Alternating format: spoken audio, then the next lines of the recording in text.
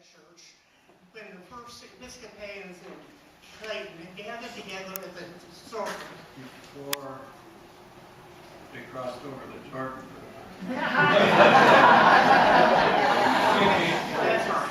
The ones in Georgia.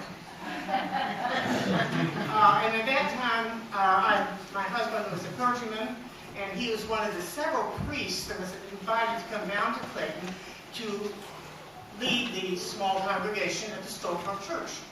And so that was my introduction to this part of the world and to the lovely mountains in North Georgia. I'm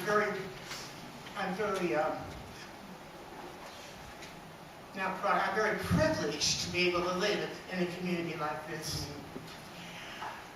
I thought I would share with you the fact that after my husband had died and I moved up here to the area that is so lovely, I was given the privilege of serving on vestry for 3 years. And I learned what a challenge that can be.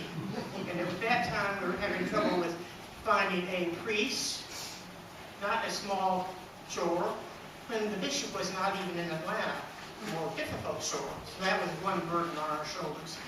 And the other burden on our shoulders, let's see, I have it written down someplace. We had 2 burdens.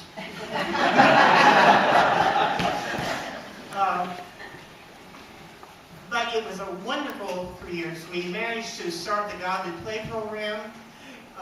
We managed to be pleased to enter in a church that was a building, that was a real church, not be the downtown store. We became a community. And it has been growing and becoming stronger, I think, all these years. That's 50 years of growth. We ought to be pretty strong by now.